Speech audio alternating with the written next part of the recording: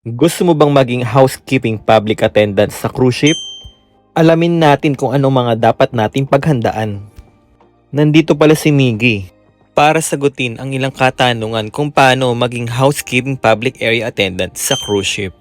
Hello, my name is Miggy, housekeeping public area attendant, on-board icon of the sea. Ano ang kailangan paghandaan pag gusto mong magtrabaho on-board or sa barko? First, unang-una kailangan meron kang passport, and then seaman's book, plus yung tinatawag natin na SOLAS. Meron ka dapat ng SOLAS na kailangan ipasiupi mo siya, dadali mo siya sa marina, at yun yung isa sa mga kailangan mo i-present. When it comes sa mga trainings, ibang trainings natin, dito, depende sa company. Dito sa atin kay RCL, sila nagpo-provide. Number 1 nga na requirements ay ang passport, kasama ng basic training para makakuha ka ng seaman's book.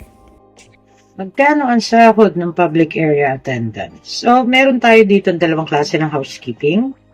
Ang isa is state room attendant. Sila ng mga nasa room. So, kung mga kabinista kung tawagin natin. So, iba ang rate nila. Since kami public area attendant, ang rate namin is nasa 900 plus dollars.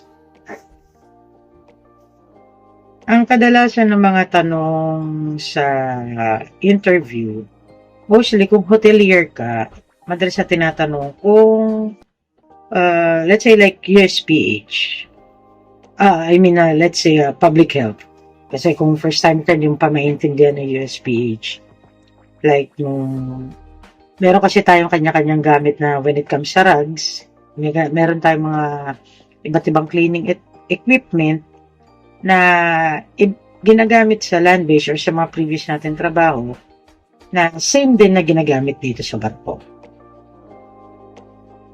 Salamat Miggy sa pagsagot sa tanong about housekeeping public area attendant. At kung may mga tanong kayo related sa housekeeping, pwede kayong mag-comment at tatry naming sasagutin. Yun lang, salamat sa panonood. See you on board. Bye!